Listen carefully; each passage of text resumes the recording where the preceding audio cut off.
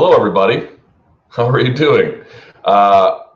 This is the Promotional Malpractice Live Chat. Welcome back. It's been a while. It's been almost like a month, right? Not quite a month, maybe, but it feels like a month. It's certainly 3 full weeks, maybe longer. I haven't counted the days, but we're back. My name is Luke Thomas, and I'm so happy to be doing this. Lots to get to today. We'll break down as much as we can of the Nick Diaz suspension. I'm also in, you can see I'm in a weird place. I'm in San Jose for the Bellator Dynamite show. We'll talk about that. I'm told, although I haven't even looked at the fight card, except I know Gaethje Palomino are fighting in World Series of Fighting, which is tonight, I think. So there's a lot going on, and we'll break down all of it. Best place to do that, of course, is on MMAfighting.com.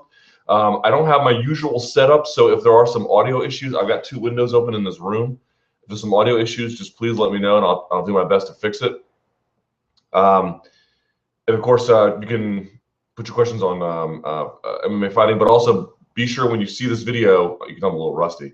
When you see this video, be sure to share it on Twitter, on Facebook, on anywhere on social media. Just let folks know you're watching. You can always, of course, use the hashtag chat rappers or get at me on Twitter directly at SBN Luke Thomas. So as you can see, this is a weird place. I'm staying in a house with, you guys know Esther and Casey, our creative duo here at MMA Fighting. They're out at a shoot this morning, but I'm doing this here. Obviously, I'm in the West Coast, so it's, what, 10 a.m. my time? So it's kind of early, but nevertheless, traditions must remain strong. What's the name here? Champion. Huh? Look at that. There we go. Champion. El Campeón. People always ask me why I have the sniffles. It's because I'm addicted to nasal spray. Doesn't matter the season. Your boy can't breathe without nasal spray. I know it's bad for you, but lots of things are bad for you. All right. Let's get this going, shall we? And I pretty much know which direction we're going to head to first, but, you know, formalities being what they are. Good year for the UFC and the future. Welcome back, Luke. Thank you. By all accounts, this year has been good for UFC business-wise, with high numbers of pay-per-views, with high pay-per-view numbers backed by continuing TV rights deals. Data said the first quarter was the best ever, and judging by pay-per-view estimates, the others are probably good too. My question is, will 2016 be even bigger? The continuation of Rousey McGregor shows, UFC 200, CM Punk's first fight. I know. Return of Silva, maybe Fedor signing, possible return of Jones, maybe even GSP2, but that's unlikely. Who knows? Maybe Weidman and PVZ turn their corner. Sure, there might be injuries, but even so, 2016 looks set to be huge. Lots of good reasons to think that might be the case. But one thing I want to point you to that I saw during the break, shouts to Patrick Weidman over, I think, at Bleacher Report now, wrote an article arguing that if you looked at the numbers in terms of the shows that UFC has done this year, there's a few things that are happening. Number one, we all knew Rousey was a star, but I think we can all agree after UFC 190, obviously leading up to it, but then definitely after, she turned a corner as a star. So that kind of happened. Unexpected isn't the right word, but something approximating unexpected in terms of not her stardom per se, but the level of her stardom. So that kicked in for them. Obviously, they had that first strong January in 2015 as well. And then, of course, Jones did what he did. But okay, so you've got that strong first month. You've got Rousey turning into what she became. Conor McGregor seems to be coming into his own as well, so that worked out for them. Hasn't been as many injuries this year. Reasons why, I'm not particularly sure. Maybe people are getting better in sparring. Maybe that will continue in 2016 as well. So he noted all those things, and I think those are all, you know, pretty clear to every dedicated observer. But another fact that he noted was, remember the UFC before the year started put up their full calendar. Well, we know how many shows are left in the year, basically, and they're going to be doing 4 fewer shows than announced. And a lot of those are 4 fewer shows. If you look at where they are cutting, was from on the Fight Pass side, maybe the international side. You know, they've kind of really dialed back on Fight Pass this year, I'm told, directly because of lagging subscriber numbers, which makes sense. They can't be everything. They can't be a pay-per-view monster and a TV monster and a digital streaming monster. There's just not enough talent to go around to justify that, especially when you're suffering with injuries and so forth. But his point was as follows, like, if you look at those international cards, you may say, well, it's a lot of local donks. It's a lot of Royston Wees, who I believe got cut, by the way. But anyway, it's a lot of Royston Wees and versus, you know, Royston Wees' neighbor. That's true, but if you look at those cards, it was often at least one, maybe even two, sometimes even three good fights at the top of it. That is no longer the case. We're not bleeding those dry. So among the factors of some pay-per-view people really coming into their own, among fewer injuries, but also fewer shows, has enabled the UFC to really stack that December like they wanted to, has enabled the UFC to really, put a stronger value proposition on some of these pay-per-views. And, you can say whatever you want about it. This is what I've been asking for. This is what I've been asking for. So if they're going to do this, I will absolutely, and I'm already prepared to do so, dial back some of the criticisms about oversaturation. I still think we have too many shows, and I still think if they just get a bad run of injuries, that this could all be upended. But what it does show you is there's a reason to stack cards as an insurance policy against injury, as an insurance policy against, who knows what kind of regulatory thing could happen on the USADA or commission side, not just Nevada, but, anywhere. But more than that, if you stack a card, you're going to get your hardcores no matter what, but there's just a certain halo effect. There's a certain gravitational pull that happens when, as I think Patrick Wyman noted, Demian Maia versus Gunnar Nelson could have easily headlined some show in Europe that they tried to push. They could have just said, well, let's keep going back to Germany. Let's it's not legal in France, but let's say they tried to move into some sort of similar but pre-burgeoning market. Instead, they're going to put that on a pay-per-view card when they don't really have to. And what does that do? It just creates a killer atmosphere around everything. It creates goodwill. And I believe, and I've argued this, you can really make like a 189 atmosphere, a huge pay-per-view headliner. Yes, some of those fights worked out in the end, right? I mean, they were set up good, but we didn't know Brad Pickett versus Thomas Almeida was going to be that good. That will bleed over into the next Fight Pass show. That will bleed over into the next Fox Sports 1 show. It'll also extend that halo effect. So I really feel like, yes, they got some things that happen out of nowhere, some things that maybe, injuries are less because guys are training smarter. We'll see. But I also feel like cutting back the number of shows, you just can't ignore it. It's a huge effect. Remember when 176 got canceled and all those fights were shipped over to fights nearby and all those cards instantly got better? Yes, that was a pay-per-view event, but that was one card. It was one card. So what we've seen is a dramatic cutting just a few shows could have a really positive effect. He also noted, several hundred, I believe, fighters made their debut in 2014. 75 have only made their debut in the UFC in 2015. So they're just the quality control is working at the top with your Rouseys and McGregors and things like that, and your quality control is working at the bottom. This is what I've been asking for. This is great. Who could complain about this? Again, I still think there's a few more things that can be done, but if they can keep this up, I will drop the criticisms. But this is what I've been asking for. Fewer shows, stack the cards, and let's learn to work with that. If they can make that work, I can make it work. Nick Diaz. All right, let's just get into it, shall we? From your understanding, what is the likelihood of Nick appealing his case successfully? Well, there's a lot of different ways to parse this one, right? So what you have to consider is, and I don't know, I need to talk to his lawyer to get a better understanding of what particular legal avenue they're going to pursue. Like what claim are they going to make in court about how he's been wronged? I don't know what the legal path is, particularly on this one. What I can tell you is that one thing you need to be prepared for, and one reason why I'm a little bit skeptical, I'm not saying it won't work. Again, I don't have enough information to say it will or it won't. But what I do know for certain, you can hear my laundry in the back maybe.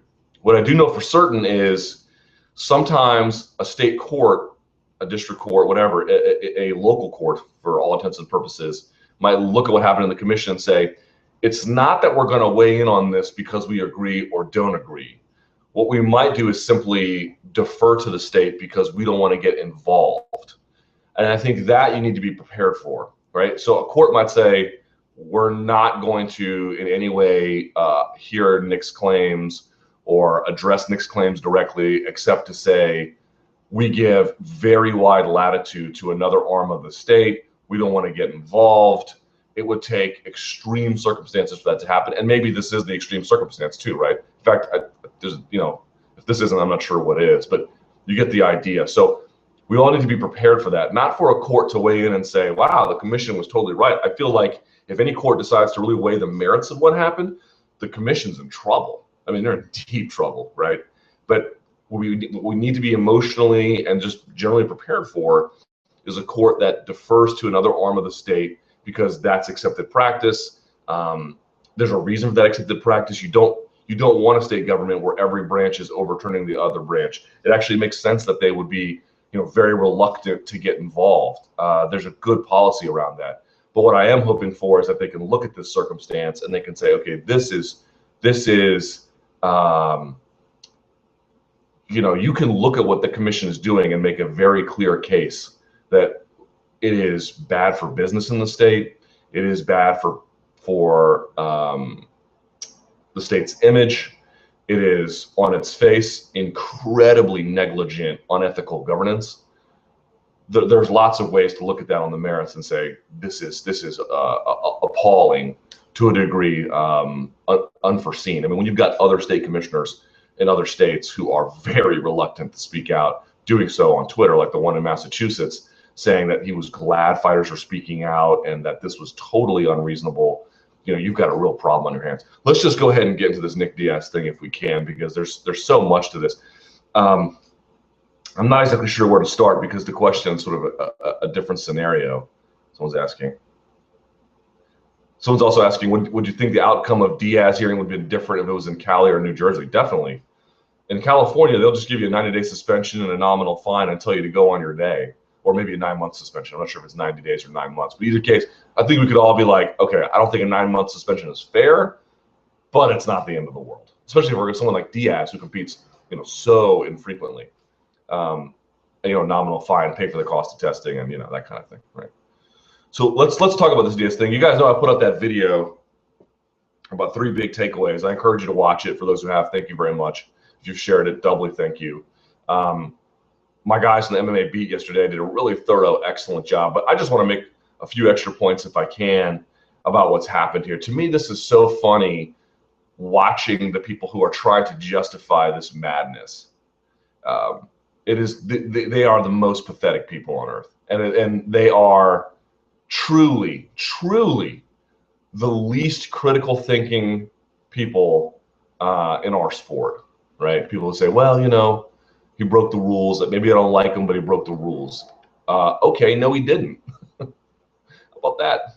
How about the fact that you don't actually know if you broke the rules, which is the whole point. There's so much to what's been discussed here that people have said, I don't agree with the rules, or even if they agree with me that the rules weren't interpreted correctly, but they're making this about to be marijuana, or this is about Nick Diaz's drug habit. It's about none of those things. I've been telling you guys this literally for years. And every time you guys laughed at people who got hamstrung on marijuana charges, this has nothing to do with marijuana. This has nothing to do with Nick Diaz. This has everything to do with incompetent, tyrannical, totally unethical lunacy run amok at a government level. That's what this is about. This is not about Nick Diaz. He is merely being used in this particular case to highlight the actual issue. This is not about marijuana. Marijuana is being used to highlight the actual issue. The issue is a commission that does not obey rules, that does not understand the rules they're trying to enforce. This is about a commission filled with people who are, they are, Pat Lundvall, in my opinion, is a dangerous person. You have no business occupying any job, appointed, elected, or otherwise, at a state level, a municipal level. You don't even deserve to be dog catcher in a remote village. If what you think is appropriate for what Nick Diaz did, which you can't even prove he did, is a lifetime ban, these are dangerous, dangerous people. These are dangerous people who will enforce things that don't exist as retribution, as a means of power projection. And the fact that they'll do it on the back of marijuana just shows you how far they'll go. This is not about marijuana. This is not about Nick Diaz.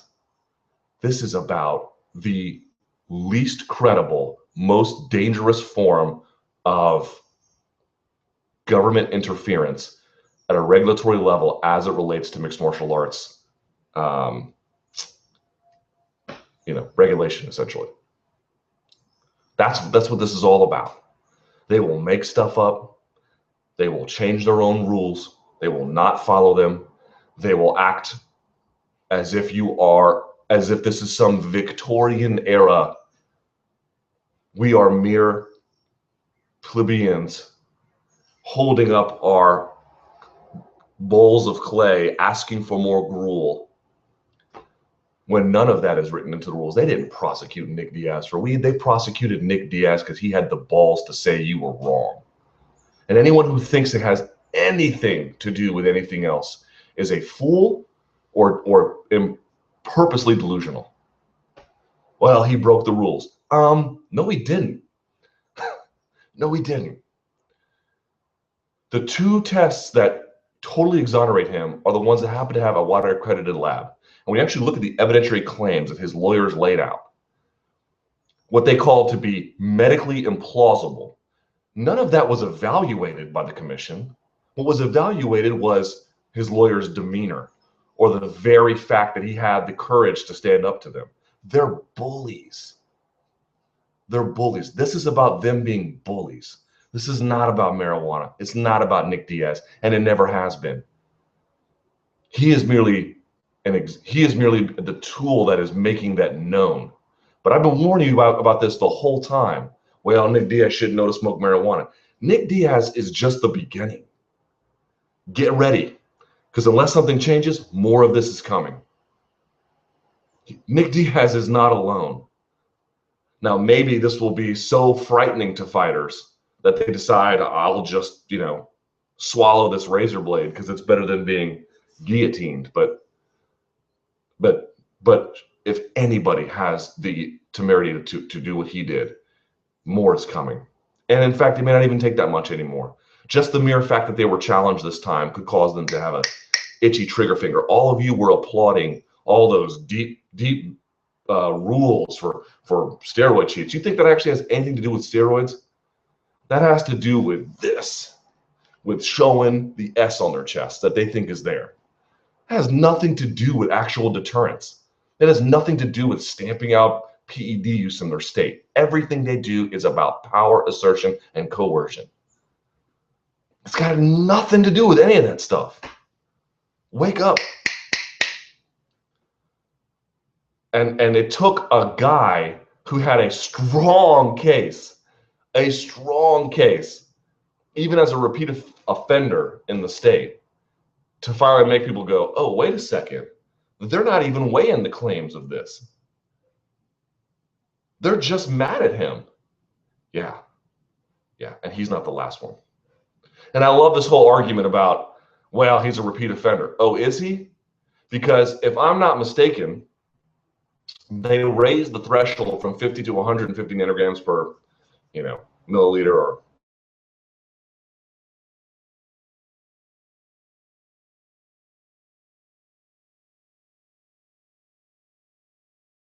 all ones were so bad and creating so many false positives that it no longer made sense for us to do that. As far as I'm concerned, they still don't actually know that he was committing in competition use the first 2 times he got caught.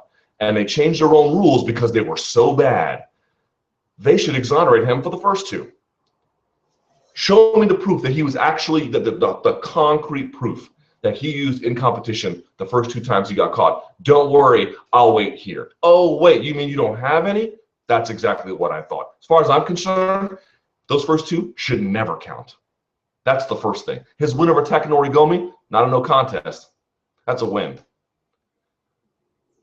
And now you have this third test where, yes, they raised to 150, which I admit is much better. It's going to create significantly fewer false positives. All this is true. But for chronic heavy users, which is what he is, it is still scientifically unreliable. And I have to give a mea culpa here a little bit, because I've sort of pushed the issue on blood testing, which I still think is infinitely more effective if a lesser or more difficult means of, you have to extract blood to do it. So I understand some fighters might have some issues with that. Okay, but even then, the more I've been reading up on that the last few months, even that's not all that reliable for people who are chronic heavy users. And it just so turns out, as I mentioned before, the state of Nevada, the police are authorized, if they're trying to see if you've committed a DUI, to blood test you to see if you have marijuana in your system. And there's a certain threshold. Then, just like weed is 150, I think it's 5 nanograms per whatever, milliliter, whatever it is. Then they can charge you with DUI. Even some of the cops in that state are saying, we need to do away with this, because what you're getting is for people who, let's say, have a medical marijuana card for a real problem that they have. So these are multiple time daily users. Even if they're driving totally unimpaired, their levels can still exceed what the state deems to be DUI when they're completely sober. And cops are saying, this is not okay. One guy actually violated his probation as a consequence of it, had to go back to jail, even though he had a medical marijuana card. There's an article in the Las Vegas Review Journal about this. Even though he had a medical marijuana card and was able to use in certain circumstances, obviously not driving. So because he had committed a crime, he had to go back, and I think he's suing the state now and trying to have it all thrown out. But look, his life has been deeply damaged by all of this. What the cops want to do is have basically a general sobriety test. And in the state of California, if you get pulled over and clear a certain level on blood tests, that doesn't mean you're automatically guilty. If you can sort of demonstrate that even if the blood test shows something, all these other field sobriety tests that I easily passed, I clearly was not high, they'll let you go. You can do that. You can prove that. And here we have exactly the opposite. 5 years for an infraction they can't even prove took place. Has nothing to do with Nick Diaz. It has nothing to do with marijuana. It has everything to do with power run amok. It has everything to do with abuse of power. It has everything to do with a body that has no real check on them. I called for a national governing body, and I still think that would dramatically help the situation. But even then, that wouldn't totally fix it, because there's no appeals process. Nick Diaz has the money, for now anyway, to take this to court. Okay, he's got that, but that's not an appeals process. That's not written into the sentencing. It's not written into the punitive guidelines, measurements that fighters can take if they feel they've been wronged. This is just a Hail Mary, and it's just a Hail Mary only available to people who can afford an attorney. That's it. There's no appeals process. That's why this commission can do what they want. Oh, we don't like you. Here's a 5-year ban. What, you came in here and you challenged us? 5-year ban. And then if you don't have the money to challenge it, guess what? That's not an appeals process. Look at Tom Brady. Tom Brady actually had an appeals process written in, and eventually that wasn't enough, and he decided to take it to court. But he at least had, and Goodell overran it, but he at least had written in there, and through the collective bargaining, they've established this, at least with, this would be different with the commission, but this would be with his employer, in this case, the NFL or the New England Patriots. But there was written in an appeals process there. Fighters have nothing. They have nothing. They have nothing. And what should be abundantly clear here is whether it's marijuana, whether it is actually steroids, whether it is anything, they're not going to weigh the evidence. This isn't an evidentiary hearing. This is a hearing about the scale of your guilt, whether or not your guilt actually exists. That's what this is about. So all these people who are like, well, Nick broke the rules, or, I don't even agree with the rules, but why are you smoking marijuana? It's got nothing to do with any of that. And it never has. It never has been. This is about a system of, what's the word I'm looking for? This is about the abuse of government power in the name of regulation. It's as simple as that. So So the next time you see somebody out there saying, you know, Nick Diaz shouldn't have smoked, or I don't agree, but you broke the rules. These are people who have just an inability to recognize the world in which we live. He never broke the rules because they can't actually prove that he did. And when he tried to actually show it to him from an evidentiary standpoint, they literally laughed at his representation, literally to their faces, laughed, and gave him a punishment because they felt like it. That wasn't even what the protocols called for. Every last one of them should resign. Not one of them is fit to govern. Not one. And as far as I'm concerned, in my opinion, Pat Lundvall should never be able to hold this kind of office in any state. Not Nevada, not California, not in any 50 states. These are people that will do what they want because of this.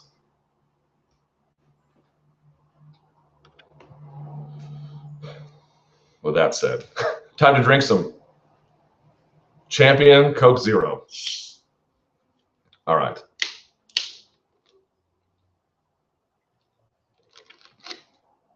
Let me put that out here because it's going to shake this table. Someone asks about the 100 signatures on the White House petition. My understanding is if it gets 100 signatures, that the White House has to address it. But look, if y'all can get to 100 signatures, great. If not, you know, this is what I'm talking about. These fighters have no recourse. So fans are literally putting on like whitehouse.gov petitions to help this guy.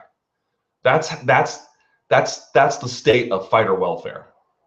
That's the state of an appeals process. Oh my God, this guy has been profoundly wrong in his life and maybe his career's over. Let's go to whitehouse.gov. Like, that should tell you everything you need to know about fighters. And I know all of us think, God, what glory, you know, being in that cage and how lucky you are to be an athlete. And some of those things are very true. You know, if you are fighting in the UFC in a pay-per-view main event, some things have gone right in your life. Maybe some luck, a lot of hard work, I'm sure. That's all true, but that doesn't mean that these people should be run over with injustice. That doesn't mean these people have no rights. That doesn't mean it's okay to just say, well, because this is going well, all these things can be deeply unfair to you. It's okay if some of us have better lives than others. I hate to admit it. I've got a better life than some, and some people have better lives than me. It's okay.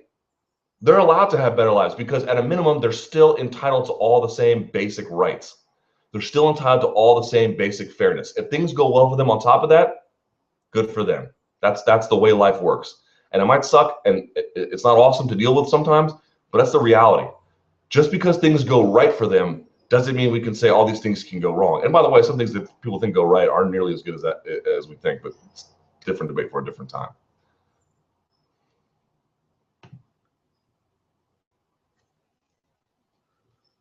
All right.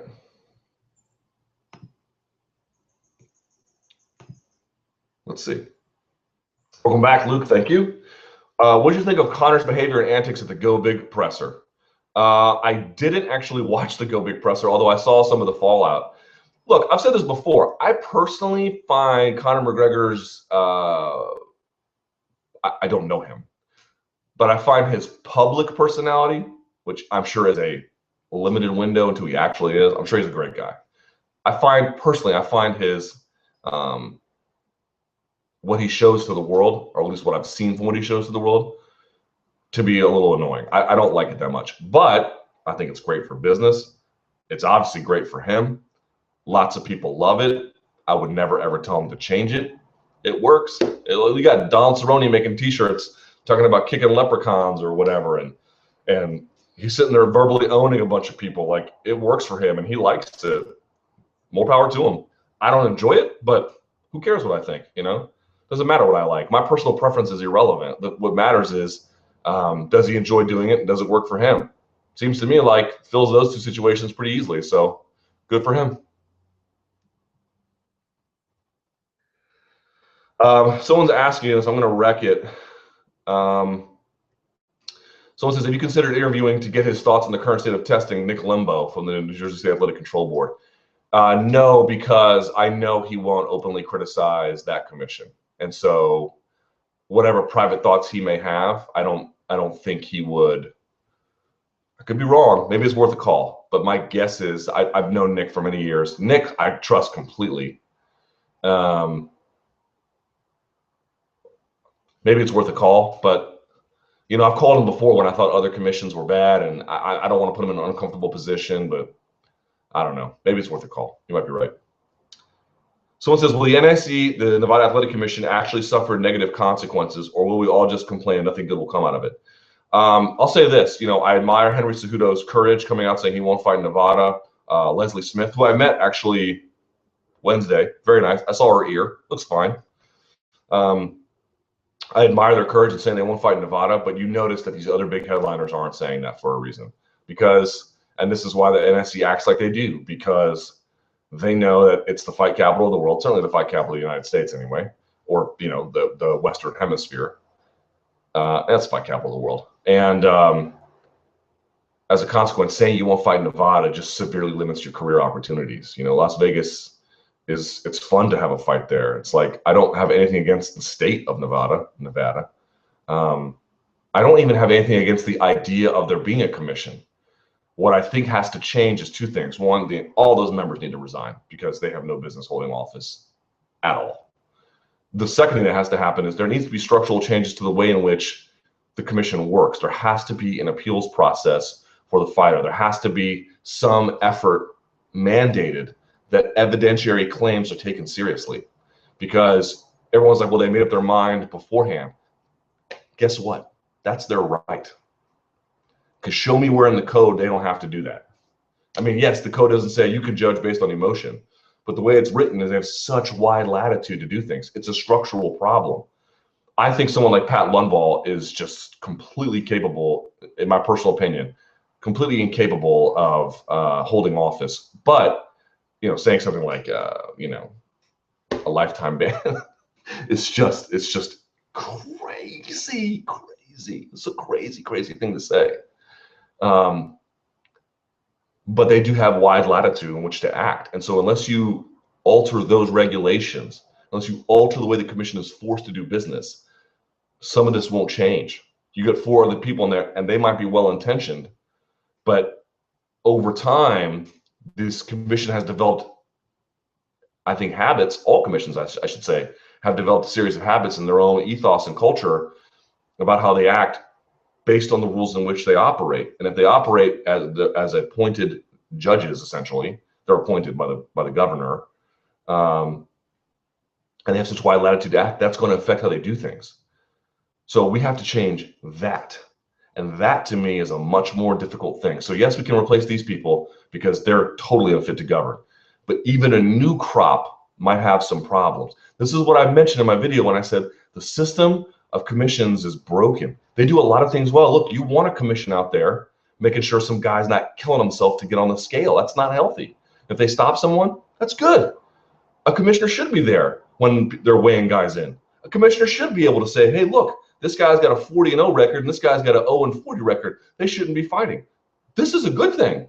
These are great things. This is what a commission should do. And frankly, I'll even admit, like every other commission, mostly the Nevada Commission does that right, because that's a thing that can be done really well, really easily, very much in a streamlined way at the state government level. That's what they were created to do. Hey, you promoter, you got to pay these guys. You got to make sure there's a deposit. Hey, this is a dangerous sport. We need to make sure that there are medical staff on hand, which you have to pay for. All these different things, from the weigh-ins to the doctors to the licensing for the tournament.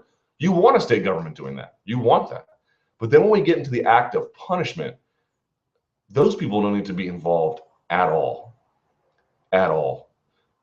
Not just them specifically, but that commission, any commission in particular. You need a body of experts to weigh in on evidence so that fighters have a chance to exonerate themselves. Nick Diaz never had a chance. Never had a chance. And as far as I'm concerned, has never broken the rules in that state. Oh, he popped past the 50 nanogram level. You mean the most scientifically unreliable method, one that the own commission changed because they knew how dumb that rule was? Nick Diaz has never broken the law in Nevada, or the regulations in Nevada, and you can't prove that he did. Not one of you. Not you watching, not anyone on the commission, not anyone who hates Nick Diaz. None of you can prove that he broke those rules. As far as I'm concerned, Nick Diaz is a model citizen as far as fighters go in the state of Nevada. That's a fact.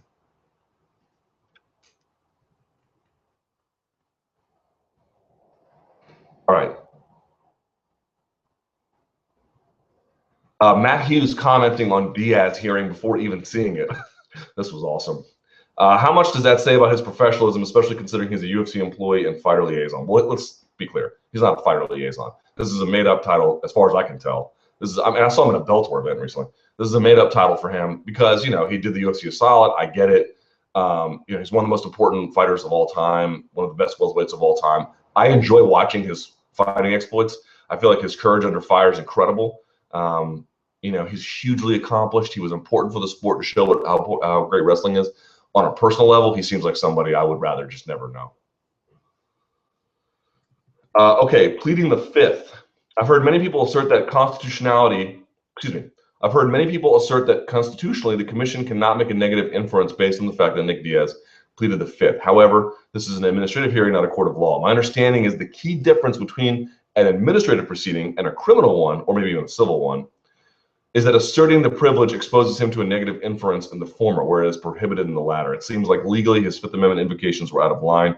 Do you think his lawyers gave him bad advice? I do not think his lawyers gave him bad advice because I don't think he would hold up well under questioning. It's probably much better simply to answer the pleading the fifth, even if that carried negative consequences one way or the other. I did some research. Here's what I found. Pleading the Fifth Amendment is supposed to, even particularly in the state of Nevada, is supposed to be recognized as a right of the person using it, even in administrative hearings. So I'm not sure if that opens them up to the liability of drawing a negative inference. I need to dig deeper on that, but let's sort of be clear about what's happening here. Him pleading the fifth, you could say, well, that made a negative impression. What made a negative impression was that Nick Diaz walked in the door. The whole pleading the fifth, oh, he better testify. Old Pat Lundvall there, fuming, bathing in her own self-righteousness. He better testify. Why? He doesn't know you nothing. Right? Just, he better testify. No. Relax, Cartman. He doesn't owe your authority anything. But what I would say is, you know, if you look at him, I don't think this is a guy that would deal with the interrogation. I mean, listen, if it was legal to waterboard Nick Diaz to get him to confess, if it were legal in the United States or by the commission, I'm not so sure, in my opinion, that the commission wouldn't try it, you know. Put a cloth on his face and pour water. Did you use marijuana? You know, blood gurgling, and they rip it off. And all right, I did, you know. That to me seems like something that wouldn't even be that hard to imagine. So the idea of pleading the fifth to protect himself, not so much from self-incrimination, but just sort of getting tricked up by questions, I think is totally the right way to go. But again, this idea that, well, it created a negative impression, on balance, I think it was better for him to do that and not, even if that's true. And I'm also not even sure that that's true, that they're allowed to draw those negative inferences. But I'll do some digging and see what I can find. All right, change the subject here a little bit. Fight IQ. Hi, Luke. Number one, is Cruz versus Dillashaw the contest with the highest combined fight IQ?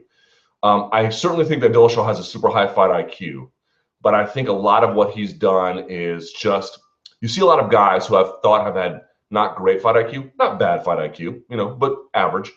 But what they're able to do is they're able to make athletically good decisions quickly. Not so much because they're sort of thinking about things, just because, how do I explain this exactly? They just sort of have an athletic ability to help them guide themselves. Certainly Cruz is a very, very good athlete, maybe on par with Dillashaw, maybe not, but you know, they're all, let's sort of posit they're both very high level athletes. To me, Cruz is much more a scientist. So I actually would say Cruz has a much higher fight IQ, and I do think he makes great decisions. I also think TJ Dillashaw makes great decisions. So the answer might be maybe, but what I think you see a lot of TJ doing is he's made rehearsal look good, and there's nothing wrong with that. I mean, that's what you want out of a fighter.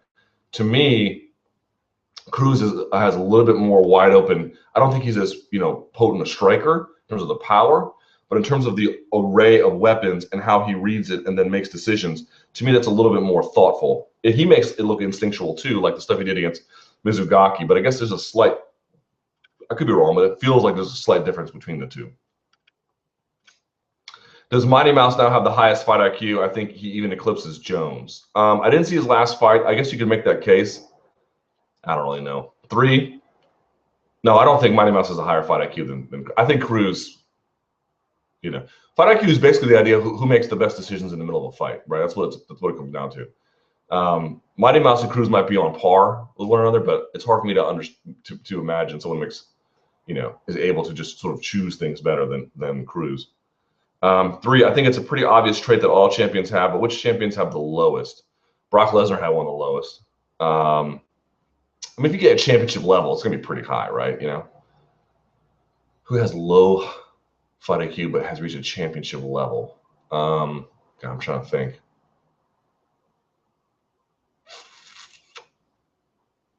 You know what? You can actually make a case that Jones sometimes has a low fight IQ.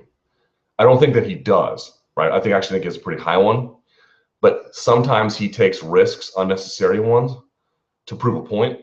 And so far, it hasn't cost him, but it might one day.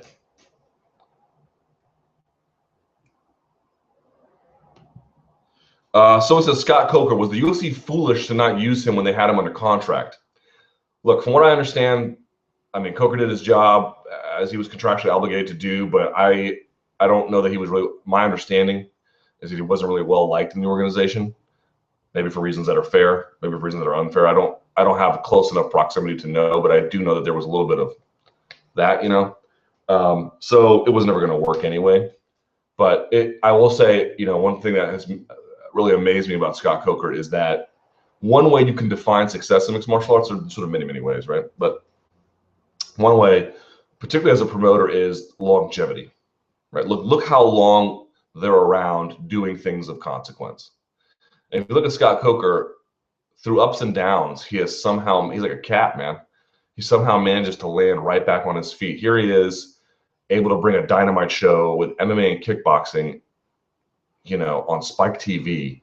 If someone had told you that was possible, oh, and by the way, it might be a sellout here. I'm told it's going to be based on the way that the seating works, with the ring in the cage, and they have a.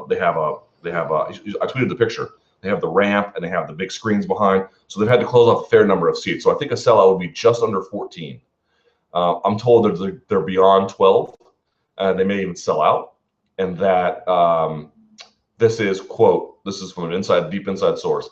They told me it is by far the biggest Bellator gate in history, by far. Beats the last tent pole, beats the Rampage, the wall, beats everything, by a huge amount. So if I had told you that when you found out Strikeforce got sold and had been, and then got strip mined right before Strikeforce had died, if I had told you that was going to happen, you'd be like, you're crazy, But here he is, here he is back on his feet. Pretty remarkable. Someone says, I think it's kind of embarrassing on the UFC and Dana White's part that they didn't come out to Nick's defense nor make a comment towards the situation. Take the subjective morality out of it. The NSAC took away one of your top pay-per-view attractions and made him a liability. NSAC is effing with your business. Say something, even if it's inexorable. So I think I heard, maybe it was Ben Folks or Chad Dundas. I can't remember who it was. Maybe it wasn't even them. But they had said that, there are probably going to be some phone calls behind the scenes, not so much in public eye. If that's the case, then I understand that. I also think that there should have been some kind of comment made. But look, guys, you can say fighters are trapped too. And the UFC has more leverage because they bring a lot of business to Nevada. And, obviously Mark Ratner, who I respect and like very much, he has a relationship with the commission as the head of regulatory affairs for the UFC. So there's a lot of back channel, I think, work that can be done. But, what if the commission decides? I don't think they would be so foolish as to do anything to the UFC.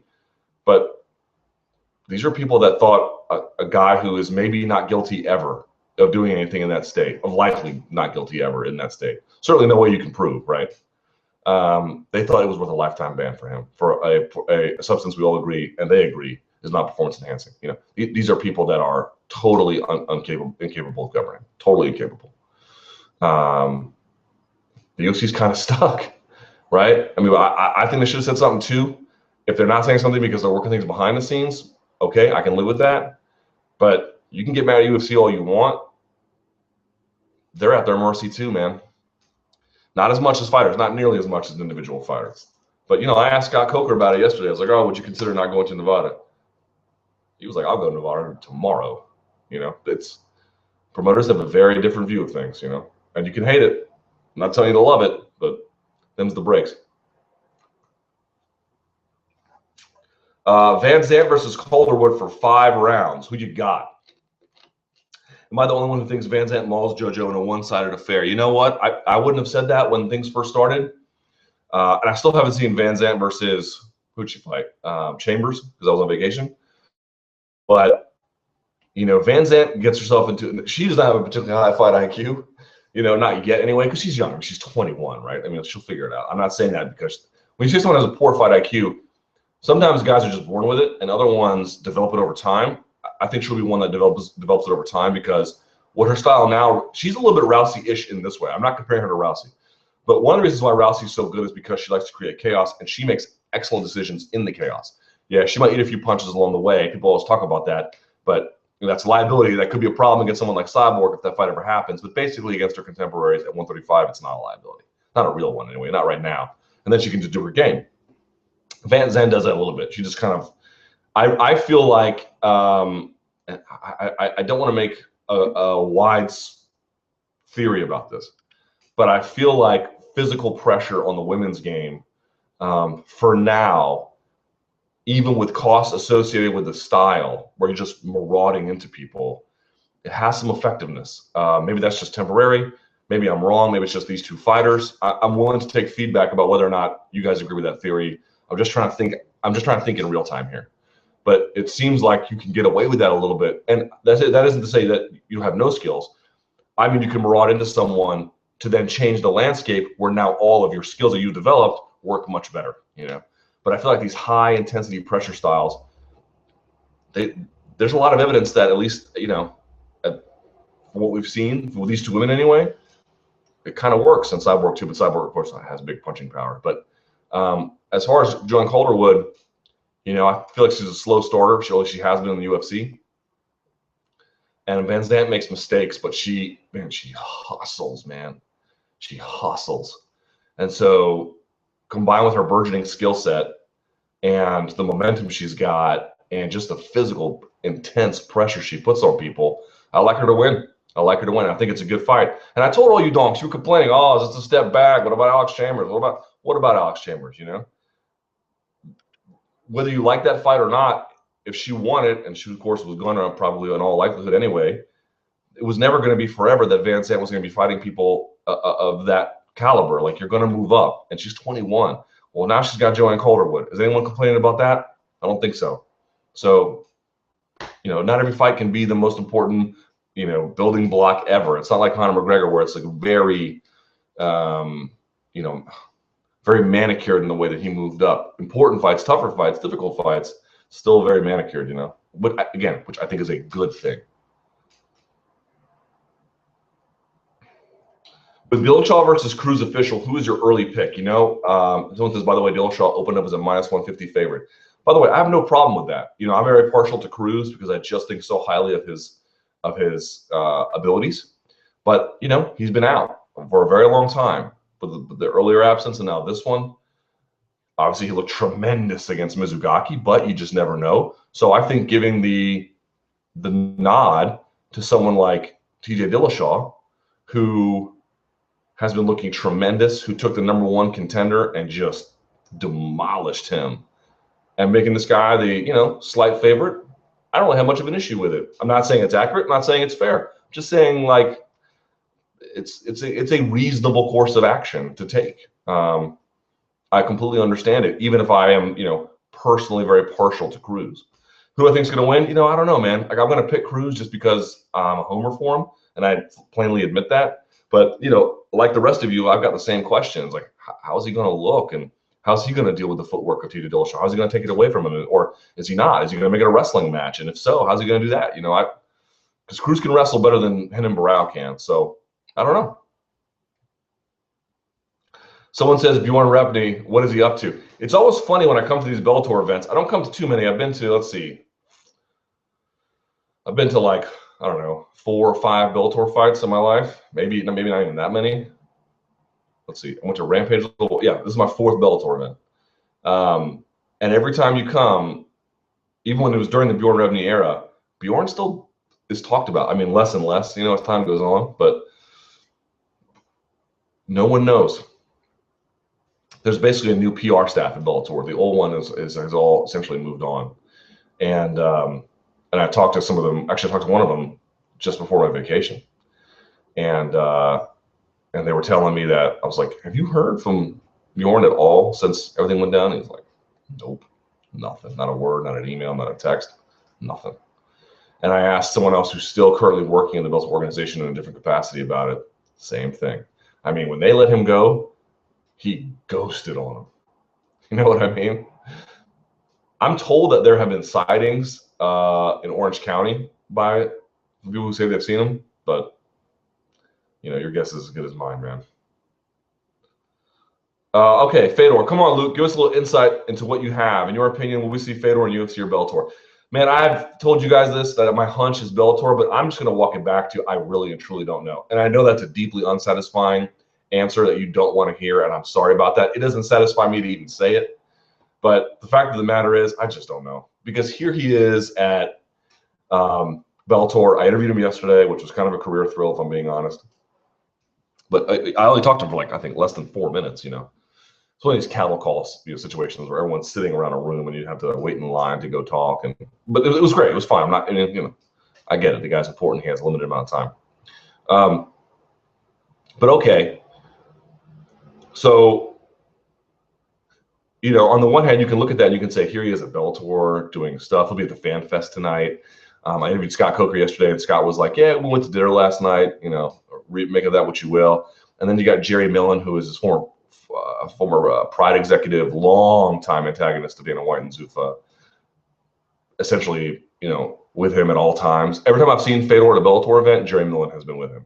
And you can look at that, you could say, I don't know if he's going to UFC.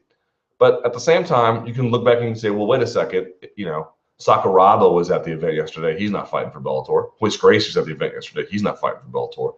Frank Shamrock's at the event yesterday. He's not fighting for Bellator. And granted, UFC is not trying to sign those guys. I understand that. But okay, there's old legends there. Couture was there, right? You know, Kung Lee was there. And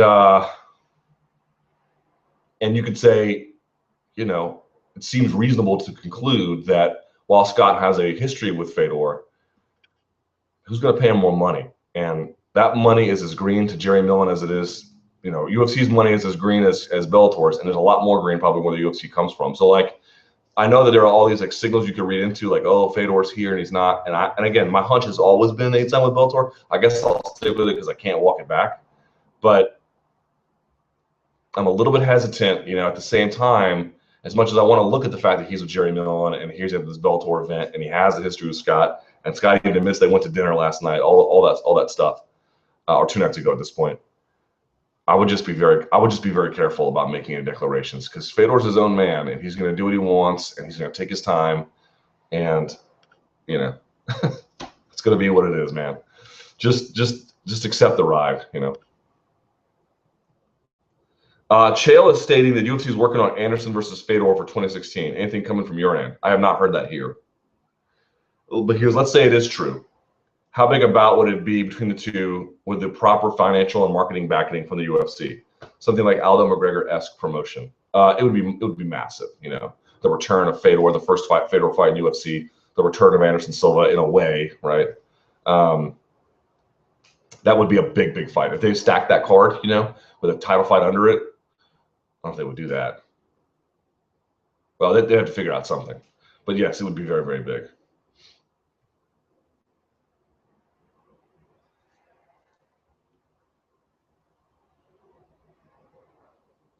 Maia versus Nelson at 194. Who are you taking? It's a 3-round fight. I might take Maia, but I've been wrong about him a lot.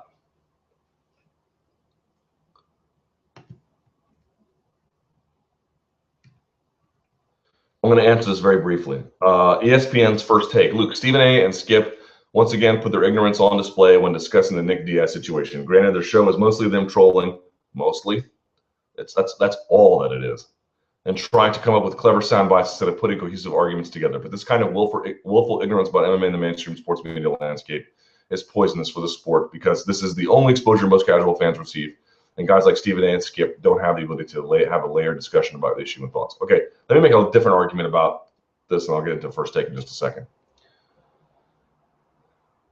If the casual fans of the world have misinformed views or just weird ideas about the sport, I'm not saying that we shouldn't do what we can to change the debate. In fact, much of the success of MMA has been the hardcore fans and then the power brokers together working to convince everyone they knew that this was a sport that could be regulated, that could be safe, that couldn't be enjoyable, and there was a lot athletically and from an entertainment standpoint to enjoy about it, right? No, you don't understand. There's this, and here's the history of how it all worked. And you guys have had these conversations with people you know, I'm sure. You've all met someone who didn't realize what they were looking at, and you convinced them. And maybe some of them are even fans today. Maybe you're one of those people. Those are conversations worth having. That's an effort worth having. At the same time, though, not every opinion that casual fans have should be or is even able to be policed. You can't police the world about their ideas. You should try when it really matters. You should try where you can. You should, it's a difficult time to figure out what's what about what you can fix and what you can't. I don't have the clearest roadmap for which way to go. But suffice to say that if people are getting their information about MMA from First Take and they have a sizable audience, maybe just let that one slide for now. There's bigger fish to fry, right? Also, as it relates to First Take, look, I do Luke Thomas's piss because it's fun. I know some of you don't like it. Some of you do. If you like it, great. If you don't, that's cool. I mean, I get it. Not everything's for everybody. That's fine. But I'm trying, if you'll notice, what I'm trying to do at the end is sort of transition into a slightly more serious point for my final bit. That's what I'm trying to do. And I did one on ESPN First Take because it was sort of apparent to me that, like, people like to show their bona fides and how smart they are by beating up on First Take, which is the laziest thing I've ever seen. If you're out there showing how funny you are, or how smart you think you are, or how clever you are by making a snarky comment as you retweet Stephen A. Smith or Skip Bayless, you're a fool. You're a fool who has no brains and you have no real ability to challenge anyone in power. It is farting in class to make your friends laugh, for the teacher. That's all that is. You're not actually wondering whether or not there's real consequences in the world to real power brokers. You're not really doing anything. You just want. That's all you're doing. And it's lazy and it's easy. So if you see people doing that, that's the extent of how much they want to push the envelope in terms of power brokers in the world. So just let that be a rubric to you, and don't watch like this idea of like, well, sometimes they have a point and sometimes they don't. Yeah, of course, man. Like, I can just let my watch die and it will eventually be correct, at some point in the day. Who cares? Don't worry about that. Don't watch. The only attacking their points, and you see all kinds of websites do it too, even websites I generally like, don't watch it. That's the only way to fight back. That's it.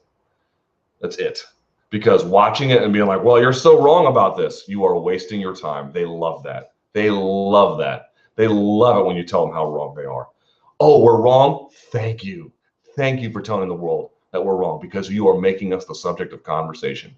You are making people curious to tune in. You are part of the audience. If you are out there watching First Take and you're like, but you're so wrong, you are nothing more than the people in the audience at Maury Povich who lecture the negligent fathers who don't want to take care of their kids. That's your kid. You should take care of it. You're part of the studio audience, whether you like it or not, and whether you realize it or not. The only way to have a negative impact on First Take is the last I'm ever going to say of it. Don't talk about it. Don't watch it. Ignore it. Connor's training. Have you been watching the new season of Tough? And if so, what is your take on McGregor's very unorthodox yet innovative training regimens? It's not regiments. It's regimen. Could this be the future of MMA training to save fighters from unnecessary injuries and gym wars? I have not been watching, so unfortunately I cannot tell you. But shouts to Ryan Hall, who has been I met Ryan in 2005 He was a blue belt over at the time he was with Lloyd Irvin. And I knew him when he moved out of there and established 50-50. He opened up 50-50 above the place, the guy who does my taxes, which was a small sort of weird coincidence when I figured all that out. You know, I've trained with Ryan a number of times. He helped me with my bread cutter choke. I rolled with Ryan probably a dozen times. I got beat all dozen times. And as you can well imagine. And yeah, man. And I know his wife, his first black belt came to my wedding. Like, you know, I will try very hard to keep a professional distance. I'm letting you know that there's a certain bias that I have, obviously, towards him. But it is nice to see him do well. Let's go to Twitter for just a second, if I may. Whoops.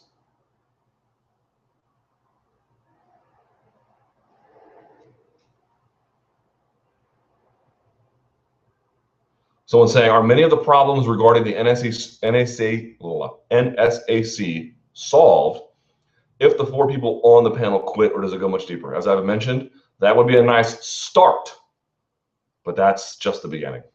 It's just the beginning. Which fighter interviews you conducted that you enjoyed most recently at Bellator Dynamite? King Mo. Actually, you guys should watch the Phil Davis interview. I really enjoyed talking to Phil this time. Phil's in a very unique position, I think, heading into this fight, which not a lot of people are appreciating. Who else did I enjoy? Oh, Zach Mwikasa. That's coming out. I've got a funny Sakuraba interview coming out. You'll enjoy that one as well. Especially the ending. Watch the Sakuraba interview all the way to the end. It's short. It's like 4 minutes. Just watch. Trust me when I tell you that. Just take my word for it. Liam McGarry seems like a. You know what's great about Liam McGarry? You guys ever you know about this, like this test in politics, right? It's like a voter test, and what they say is Democrat, Republican, Independent. Forget about that for a second. Let me give you candidate A and candidate B. And here's the litmus test. Not saying it's the most sophisticated one, not saying it's the best one, not saying it's the one that will lead you to the best candidate in the end, but it's the one that we use a little bit, even at an academic level in some ways. But certainly I think the average person might use, which is, who would you rather have a beer with? Who would you rather have a beer with? Let me assure you, I would rather have a beer with Liam McGarry than just about anyone else in Bellator. What a fun, nice guy. He just likes to joke around. You know, when it's time to compete, he's obviously a very, very serious guy, but he's funny, he's lighthearted, he's easy to talk to. I think he's enjoying the fruits of his labors, but he's not taking any of them for granted. A very down-to-earth guy. There's a lot to like about Liam McGarry. And, you know, I don't want to take a stance and I want him to win or I want Tito Ortiz to win. I think there's a lot of value either way for the sport, for Bellator, and for the winner eventually. But, you know, Liam McGarry passes the who would I rather have a beer test very quickly. What are the logistical hurdles preventing the UFC from going to Hawaii? If they want to go on Fight Pass, nothing. But everything else, there is the time. And also there's a major tax on promoters who want to do shows there that the UFC, I mean, you can do shows there. I think PXC has done some shows there and other promoters as well. But there's a heavy tax that's required promoters to pay, I believe. Although maybe that got lifted. But historically, it's been the timing and then the financial costs associated with going there. Could the UFC be posturing to get Fedor and use him to open up the Russian market? Sure. If you're going to have Fedor, why else wouldn't you? I mean, use him while you got him, right? Of the 49 states MMA is legal in, how many have the UFC held an event in? I'm not sure. Probably well over 20, maybe even 30. Can you speak about your meeting with Fedor, his persona, and where you think he'll end up fighting? People are like sort of into all that. I'm not really into all of that. We ascribe to him a lot of things that I think are there, but we ascribe to him a lot of things that we're just pasting on top of him. I was just waiting in line and looking for a chance to talk to him. And it was an honor to talk to him because I am so, like the rest of you, enamored with what he's done in mixed martial arts, and I think so highly of him as an athlete that it was, you know, it was a joy to talk to him. But I didn't talk to him and feel like I was in the presence of a god. I was talking to him as the presence of a really accomplished guy. I'm lucky in the sense that I've gotten the chance to talk to a lot of really accomplished people, but I don't watch them like, oh my God, I wasn't like, have you guys seen Planet of the Apes? When all the apes ask for Caesar's forgiveness, they hold their head down, their hand up, and Caesar kind of like wipes it. I didn't wait for Caesar to tell me he was home and wipe my palm. Will UFC be brave enough to have Rousey versus McGregor at Dallas and McGregor versus, excuse me, will UFC be brave enough to have Rousey versus Cyborg at Dallas and McGregor versus Duffy at Croke Park the same weekend? No, that's not brave. That's stupid. Frank Mir wants an Arlovsky rematch. Again, I haven't seen the first one. I'm told it was less than interesting. So I don't think I don't think so.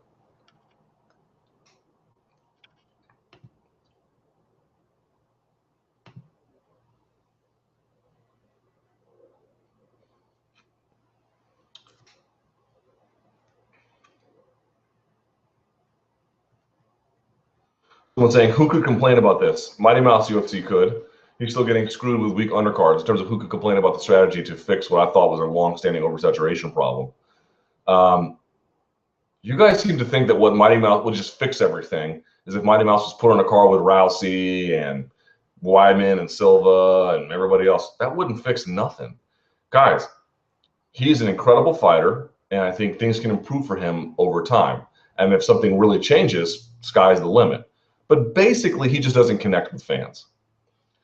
Maybe for stupid reasons. Maybe for reasons that you think make no sense. Maybe for reasons that you do think make sense. I don't know. I don't really care. It's a fact. He just doesn't really connect with most fans. That's it. They don't hate him. They just, And again, I'm not asking you to endorse this fact with a fist pump and go make T-shirts. I'm just telling you that's how it is. That's it.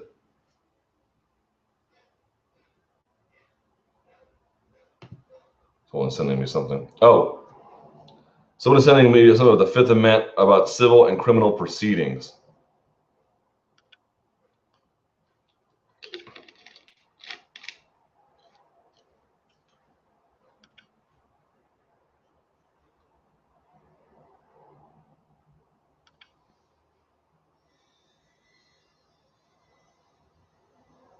Okay, the Fifth Amendment privilege may be asserted in criminal and civil proceedings. The decision on whether or not to take 5 in civil litigation should not be made lightly. If there is a pending criminal investigation or parallel proceeding, the client may have no choice but to assert the privilege to avoid incriminating himself. If the client is the plaintiff or defendant in civil litigation, the assertion of the privilege can be devastating to the case. Unlike in criminal proceedings where the invocation of the Fifth Amendment cannot be used as evidence of guilt, the opposite is true in civil proceedings where the adverse inference can be raised and considered in evidence. That's fine, but like I mentioned before, it's irrelevant. It's irrelevant, To me, it would have been way worse for him to answer those questions. So if you had to take a negative, I would say that's the much less 2 of the negatives. You guys think that, Nick Diaz, who must have been teeming and seething with rage, understandable rage, and has an inability to, I think, not athletically, but in settings like these or in media, to act appropriately under pressure with his words. I just think you were setting him up to fail. This, is not great, obviously, but it's not awesome. Someone says, as a matter of correction, there have been UFC events held in 35 U.S. states, including D.C. There you go. Well, let's keep going. Is Pat Lundvall the Kim Winslow of athletic commissions? Absolutely terrible, terrible performance by a suit. Well, I don't know I'm not sure what to make of that comparison, except to say, here we are again, a commission totally above reproach. Why is Steve Mazzagatti still working? You know why? Because F you. That's why. F what you think. That's why. That's our reason. We can dress it up in other things, of course, but don't tell us what to do, because if Duffy beats Poirier and Chad beats Edgar, Are you into Duffy versus McGregor if McGregor wins? It's a little fast for me, but I wouldn't be opposed to it, you know. Can another state commission give Diaz clearance to fight if they find the punishment egregious? So it's funny you asked that. My understanding is that Diaz can go and apply for a license in New Jersey, or he can go apply in Georgia or Florida. The state is not required to honor the commission's request. They just do it out of courtesy, right? So they don't have to. So if I was Nick Diaz, I don't know what the harm would be. Like, what do you have to lose? Just apply for a license. If they say no, they say no. But there's not much to lose. But if you're asking, it's extremely unlikely that that would work. There is a long-standing precedence of state commissions honoring the suspension of another state. They're not, required to, but it is essentially unwritten law.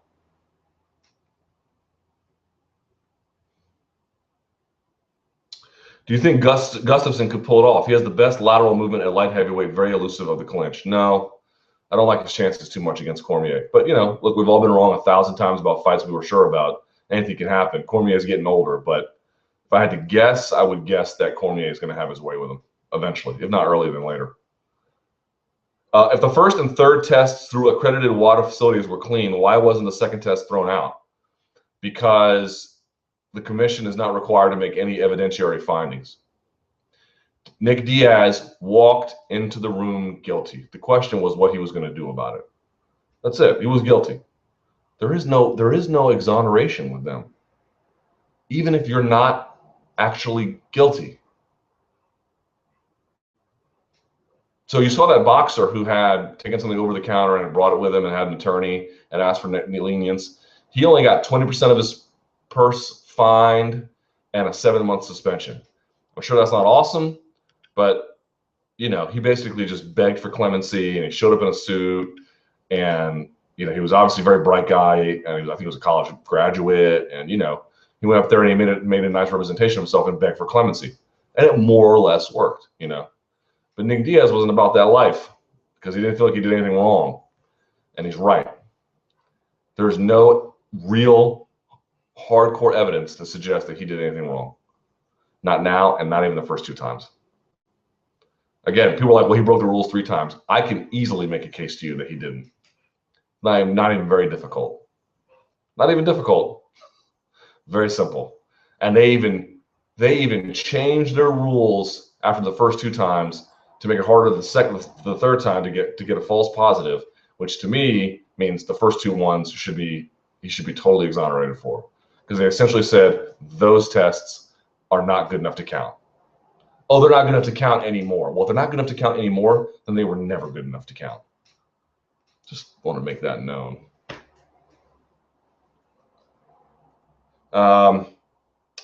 Did Paige Van Zandt make a mistake in not going to the Gimblert route of fighting out her contract and shopping around? I'm sure they gave her a contract she's reasonably pleased with. Let's see. Thoughts on fighters refusing to fight in Nevada? I mean, I admire their guts, but it won't matter unless a lot of champions refuse to do it, and they're not gonna. Are you surprised at all that Dillashaw opens as a slight favorite over Cruz? No, I'm not. I mentioned that before. If USADA and the NSAC both police fight day and night, can the NSAC step in and punish USADA for test failure and get money? No, I don't think so. They don't have any authority over USADA. Well, I mean, they have authority in the sense that they're the final authority, right? Like the USADA punishments are self-inflicted. The NSAC punishments, even legitimate fair ones, are government inflicted, right? So there's a little bit of a difference there. I don't know. I have to ask. I don't know. Someone says, hey, Luke, what does Matt Hughes do exactly? He collects a check. What do you make of the constant criticism of MMA media, and why do you think people tend to attack it? People don't just attack MMA media. They attack all forms of media.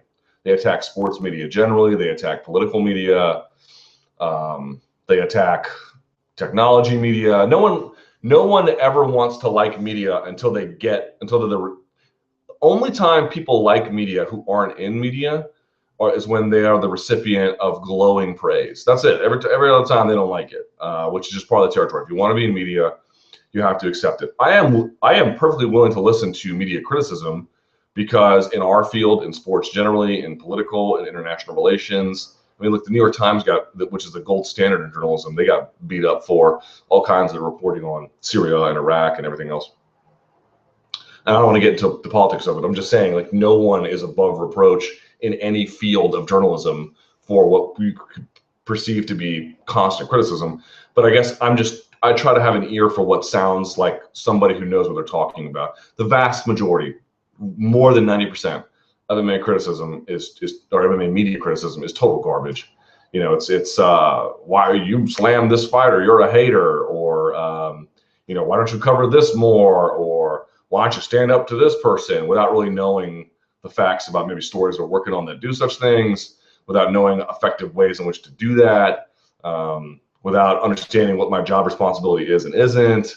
You know, either you're giving too much praise or you're not giving enough praise, or most criticism is strictly a fan not seeing the media giving them the kind of coverage that they would like to see as a fan, which isn't my responsibility. And I'm sure people are going to be like, meh.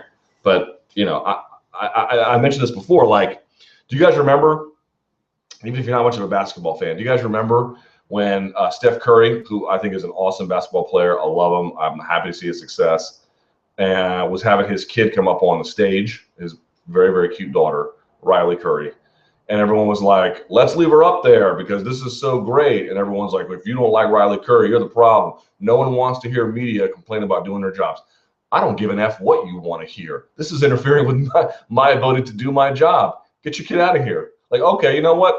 How about this? How about I bring my kid to your dentist office and they can sit in your lap while you try to work on other patients? Or how about I bring my kid to the opera and they can sit in first violin and see how that works? Like, this idea that we're allowed to have kids at these things, or you know, they should just be tolerated because no one really cares about press conferences. You may think you don't care about press conferences. I don't give an F what you think. I care about it because it's my job. And whether you think you get information that's valuable out of it is irrelevant, because I know for a fact that I do. The highlights are some of the most trafficked things that we produce both on MMA Fighting and on SB Nation generally, both live streaming and then for clips.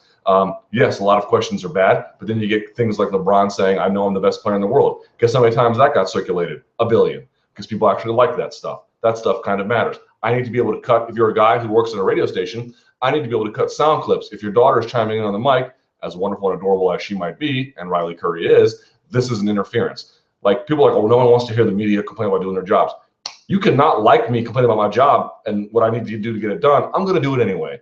Because if someone's interfering with your job, be you a plumber, be you a lawyer, be you a radio DJ, whatever, you're going to say something. So to all those people who don't want to hear media complain about doing their jobs, here's a giant middle finger for you, because I don't care. I'm going to complain about things I think are unfair. So no kids at press conferences, please, even the adorable ones. And by the way, a big part of that was just like Riley Curry is super adorable. How about some ugly ass kid who's super annoying and won't stop crying? That person should be on the dais too. Please go take your argument somewhere else to someone who can't think critically.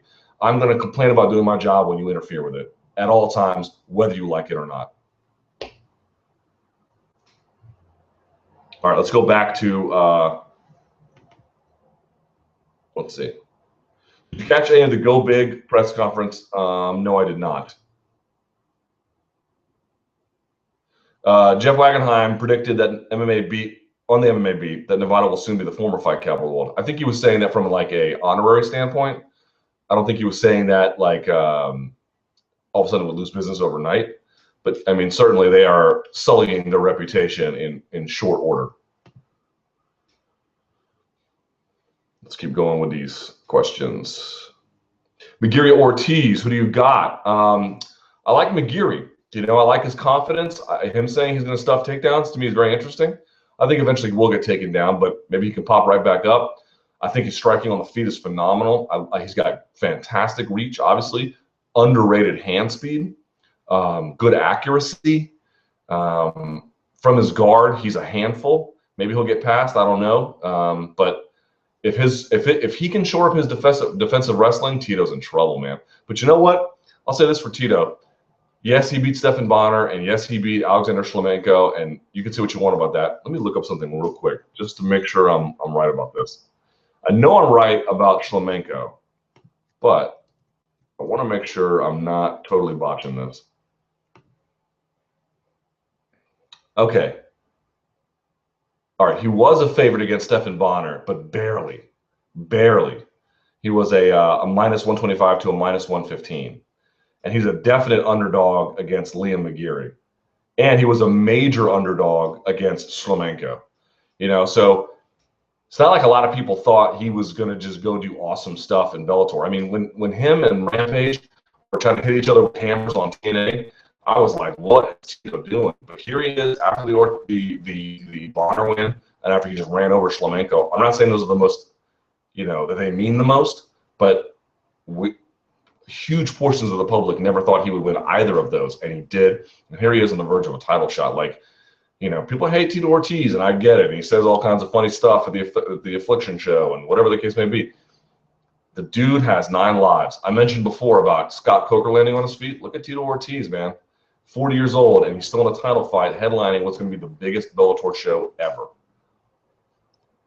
He's doing something right, whether you like it or not. Like, he kind of is, you know. I like Liam to win. I'm not here saying Tito's going to win. But, you know, if Tito can get a takedown, he's got good submission defense. He's got good passing. We all know he's got good ground and pound, even from guard. So on the feet, I don't like his chances at all. On the ground, I think that would be kind of interesting. But we'll see to what extent McGregor can make it a fight on the feet.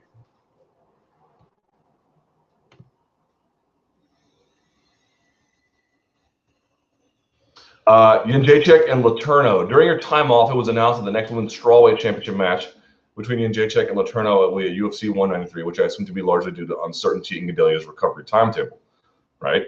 However, despite Letourneau being ranked 10th in the division, I didn't find the fight that questionable, as she has a pretty good record, has looked good, and the strawweight pound for pound seems kind of odd at the moment. I don't know what that means. So out of curiosity, how do you feel about the matchup? And would you agree that that large reasons for them going with the fight is Letourneau's size and striking performance against Rakoczy?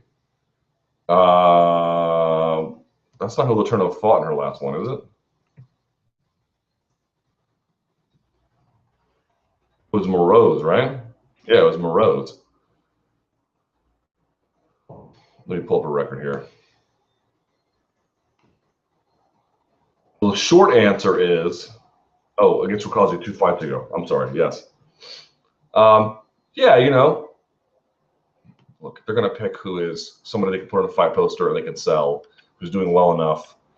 I don't like Letourneau's chances that much. I feel like she operates at a slow pace that someone like Jędrzejczyk will just slowly overwhelm, or maybe quickly overwhelm. But they got to do what they got to do, you know. I'm not going to beat them up too much. Someone says, as I was watching Invicta last weekend, I was again really impressed by Julie Kedzie commentary and ability to break down the technical aspects of the fight in an entertaining manner.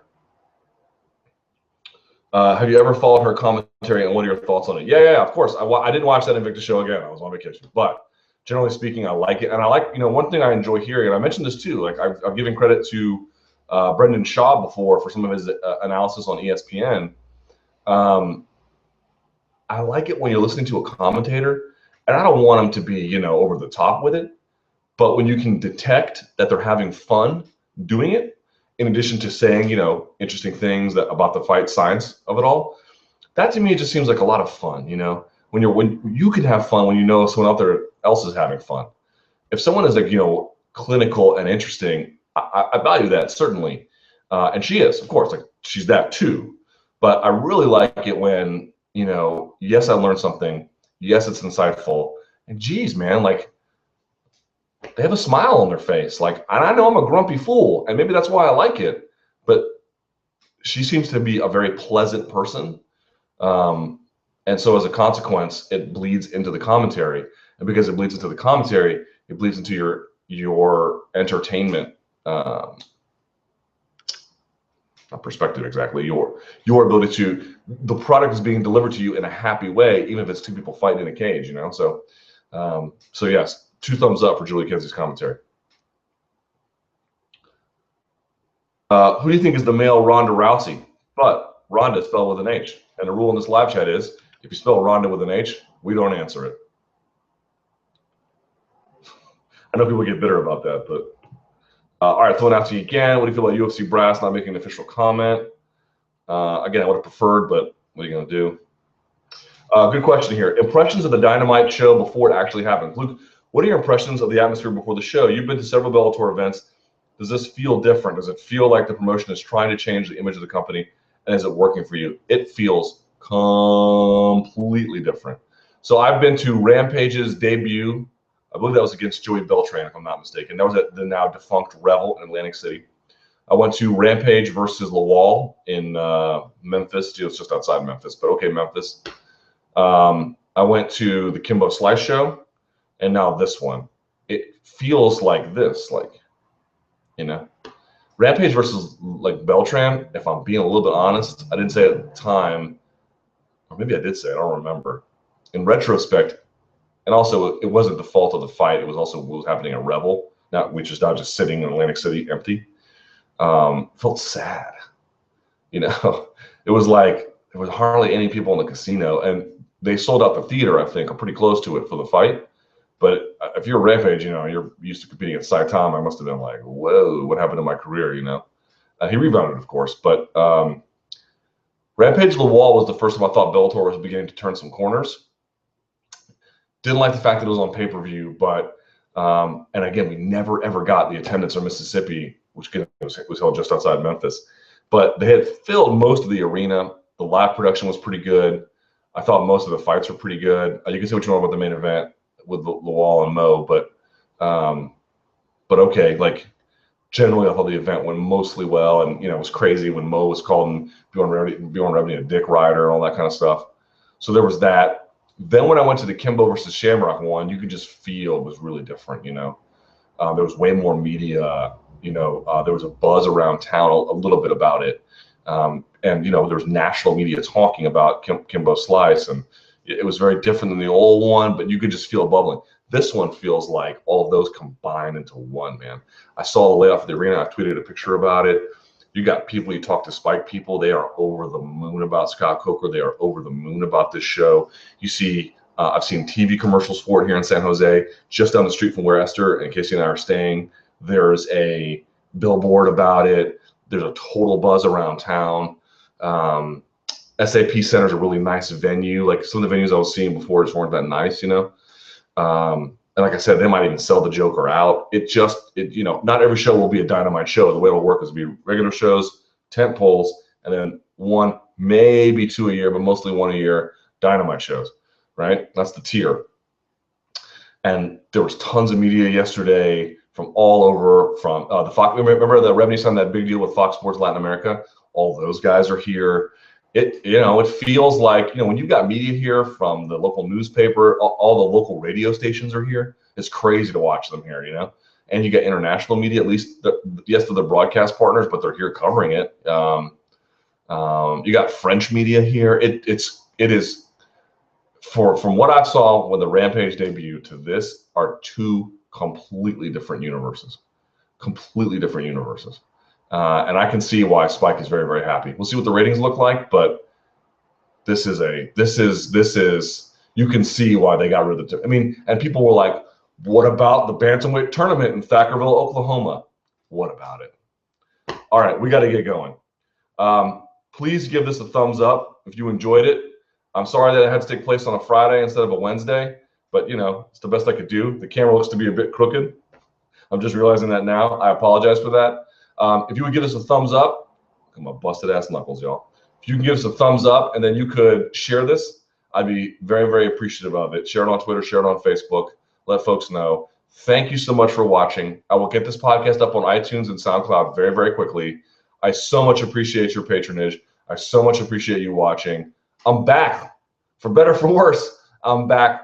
Everything will be back to normal for scheduling, Monday Morning Analyst, and live chat on next week.